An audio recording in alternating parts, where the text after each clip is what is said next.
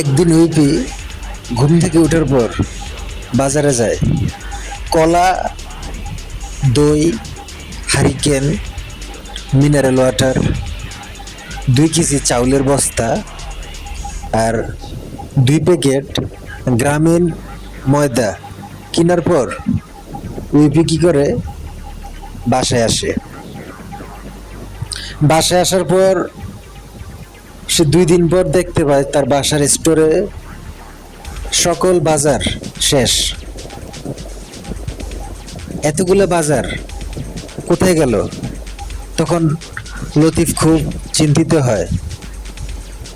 লতিফ একটা ব্যাংক দেখে, কিন্তু এই ব্যাংক তো তার সেই বাজার, এই ব্যাংকের প্যাটের ভিতর জায়গা হওয়ার কথা না, কারণ ব্যাংক ছিল অনেক ছোট। সেদিন লতিফ তার বাসার সামনে বালুর উপর বিরাট বড় একটা পায়ের ছাপ দেখতে পায়। এখন এটা কিভাবে সম্ভব?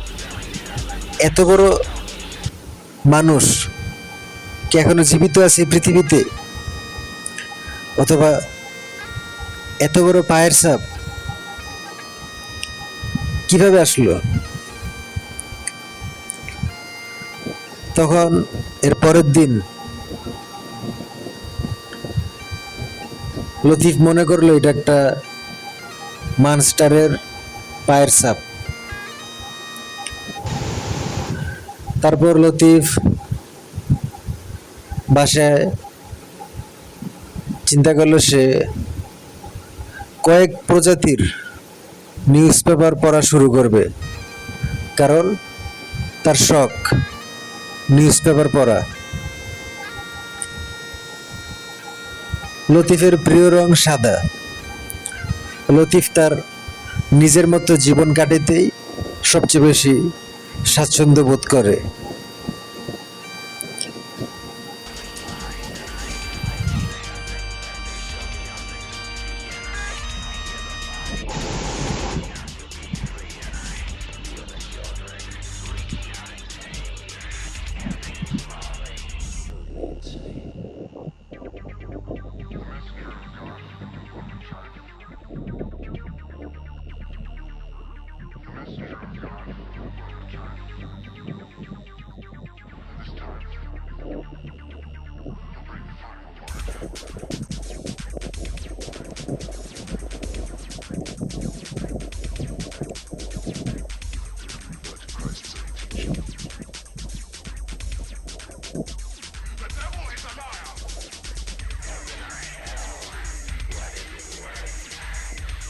কিন্তু প্রশ্ন একটাই, কোথায় গেল লতিফের সকল বাজার করা প্রোডাক্ট?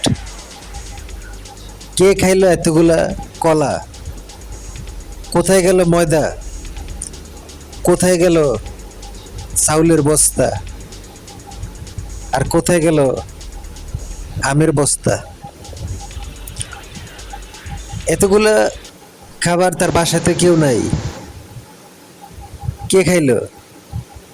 আর তার বাসার সামনে এত বড় বিরাট বড় পায়ের ছাপ, এদিকে কোনো মানস্টার কে আসলো?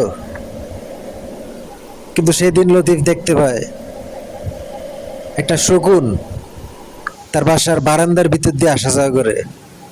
বারান্দাটা ছিল হাফ, উপরে কোনো গ্রিল ছিল না, তাই এই শকুন লতিফের বাসার ভিতর ঢুকে সকল খাবার, সকল বাজার করা, বাজার থেকে আনা কলা, ময়দা সব কিছু খাই ফেলে এই শকুন। আর এই শকুন জাদুঘর থেকে, জাদুঘরের বারান্দার ভিতর দিয়ে ঢোকার পর একটা বিরাট বড় পায়ের পাথরের, শ্বেত পাথরের ভাস্কর্য নিয়ে আকাশে উঠতে থাকে। কিছুক্ষণ পর বালুর উপর থেকে এই ভাস্কর্যটাকে ফেলার পর সোজা দণ্ডায়মানভাবে এই ভাস্কর্য বালুর উপর কিছুক্ষণ ছিল, যার কারণে বিরাট বড় একটা পায়ের ছাপ বালুর উপর তৈরি হয়। কিন্তু এর কিছুক্ষণ পর একটা চোর আসে, চোর আসার পর সেই ভাস্কর্যটাকে চুরি করে নিয়ে যায়। কিন্তু এই দৃশ্যপট কারো চোখে পড়ে নাই। তারপর লতিফ যখন সকালে ঘুম থেকে উঠার পর দেখতে পায় বালুর উপর বিরাট বড় একটা পায়ের ছাপ। তখন সে আশেপাশের লোকজনকে ডাকে, তারা সবাই জানায়, তারা মনে করে এটা একটা মানস্টারের, বিরাট বড় একটা মানস্টারের পায়ের ছাপ। কিন্তু আসলে এটা ছিল একটা স্কাল্পচারের চাপ বালুর উপর। একদিন লতিফ চিন্তা করে এই শকুনটাকে কোনোভাবে বাসা থেকে তাড়ানো সম্ভব না, এই শকুনটাকে মারাও সম্ভব না। তাই লতিফ তার নিজের কাছে মন দেয়। লতিফ বাসা থেকে হাঁটতে বেরোয়, হাঁটতে হাঁটতে একটা সময় তার স্যান্ডেল কাদামাটির সাথে আটকে যায়। তার স্যান্ডেল যখন কাদামাটির সাথে আটকে যায়, তার স্যান্ডেল পুরোটাই কাদামাটিতে নষ্ট হয় না, মানে কাদামাটিতে ময়লা হয়। তখন লতিফ একটা ব্যাঙ দেখতে পায় সে কাদামাটির উপর। তখন লতিফ চিন্তা করে সে তার নিজের কাজে মন দিবে। লতিফ তখন একটা নতুন নিউজ পেপার কোম্পানি খোলার সিদ্ধান্ত নেয়। তখন লতিফ চিন্তা করে যেই ব্যাঙটাকে দেখা গেছিল কাদামাটির উপর কাতরাচ্ছিল, সে ব্যাঙের একটা ছবি সে চিন্তা করে তার নিউজ পেপার ব্র্যান্ডের থিম সিম্বল হিসাবে সে ব্যবহার করবে। লতিফ তখন একটা নতুন সংবাদপত্রের কোম্পানি খুলে, খবরের সিলেবাস নামের এই সংবাদপত্র, যার উপরে ডান দিকে একটা ব্যাঙের ছবি ছিল, যেটা ছিল নিউজ পেপার ব্র্যান্ডের সিম্বল।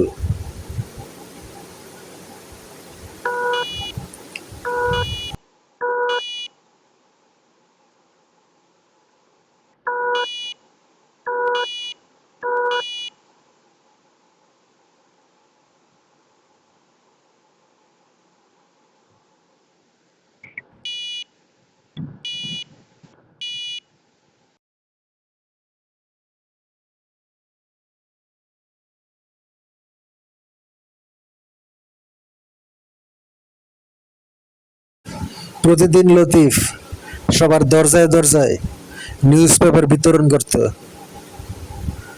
তার নিউজ পেপার সকল মানুষের দরজার নিচে দেয়া হতো। তখন যেহেতু সে লতিফ খুব নিউজ পেপার পড়ার শখ, কয়েক প্রজাতির নিউজ পেপার লতিফ পড়ে, আর সেই সাথে লতিফ নিজেও একটা নিউজ পেপার ফ্যাক্টরি তৈরি করে। লতিফের যেহেতু আর কোনো কাজ নাই, কিন্তু লতিফ কোনোভাবে তার বাসা থেকে সে শকুনটাকে তাড়াইতে পারে নাই, কারণ সে শকুন লতিফের বাসার ভিতর যেহেতু আসা যাওয়া করতে পারে, লতিফের বারান্দায় কোনো গ্রিল না থাকায়, খোলা বারান্দা হওয়াতে সে শকুন বাসার ভিতর প্রবেশ করে। তখন লতিফ চিন্তা করে এই শকুনটাকে মারা কোনোভাবে সম্ভব না। তাই লতিফ তখন নিজের কাছে মন দেয়। কিন্তু লতিফের সকল নিউজ পেপার সে শকুনটা চুরি করে, আর চুরি করার পর সে শকুন তার গাছের ডালে সকল নিউজ পেপার দিয়ে বাসা বানায়, তার গাছের ডালের উপর রাখে, এবং সকল নিউজ পেপার দড়ি দিয়ে বাঁধা ছিল, অনেকটা পাইপের মতো বাঁধা থাকায় সেই নিউজ পেপার দেখতে অনেকটা রোলের মতো ছিল। মানে লতিফ এভাবেই রোল সিস্টেম করে নিউজ পেপার দড়ি দিয়ে বেঁধে তারপর মানুষের বাসার দরজার সামনে বিতরণ করত। তখন সেই শকুন সকল নিউজ পেপার কালেক্ট করে বাসার দরজা থেকে চুরি করার পর সে শকুন গাছের উপর বাসা বানায়। লতিফ তখন সাথে সাথে পৃথিবীর সকল মানুষকে ডাক দেয়, সকল সাংবাদিকদের ডাক দেওয়ার পর বলে, ভাই আপনারা সবাই দেখেন এই শকুনটা কি সুন্দর গাছের উপর নিউজ পেপারের তৈরি বাসা তৈরি করছে। এই শকুনটার অনেক প্রতিভা। তখন শকুনটা খুব শরম পায় এবং একটু একটু গর্বিত হয় যে শকুনটা কত বড় একটা কাজ করছে। এত বড় এতগুলো রোল করা নিউজ পেপার দিয়ে এই শকুনটা বাসা বানাইছে। তখন এই শকুনটা চিন্তা করে এই বাসা ছেড়ে যদি সে চলে যায় তাহলে তো সবাই ভাববে এটা তার বাসা না। সে অপেক্ষা থেকে তাকে সবাই ছবি তুলবে এবং ক্যামেরাতে আসার জন্যই এই শকুন প্রতিনিয়ত সেই নিউজ পেপারের তৈরি বাসার গাছের ডালের উপরেই স্থায়ীভাবে বসবাস করা শুরু করে। সে আর কোনো জায়গায় নড়াচড়া করে না। সে শকুনটা সেই গাছের উপর নিউজ পেপারের বাসাতেই বংশ বিস্তার করে, আর সেখানে সে ইঁদুর বিড়াল ধরে নিয়ে আসে, আর ধরে নিয়ে আসার পর সে খাওয়া শুরু করে। সে আর সেখান থেকে নড়াচড়া করে না, কোনো জায়গায় মুভ করে না। এরপর থেকেই লতিফ চিরতরে মুক্ত হয় এই শকুন থেকে। শকুনটা আর কোনোদিনও লতিফের বাসায় আসে না। লতিফ বাজার করে রাখতে পারে এবং সকল জায়গায় লতিফের বাজারে শেষ হয় না, লতিফ তার নিজের মতো জীবনযাপন করতে পারে। কারণ কোনোভাবেই সে শকুনটাকে প্রতিরোধ করা বা বাসা থেকে তাড়ানো সম্ভব ছিল না। তাই লতিফও জানতো না যে এই শকুনটা হয়তো এভাবেই নিউজ পেপারের উসিলায় বাসা থেকে বিদায় নিবে। গল্পটা কাল্পনিক কিন্তু একটা রূপক গল্প। এই গল্পের ভিতর আছে অনেক ধরনের অর্থ।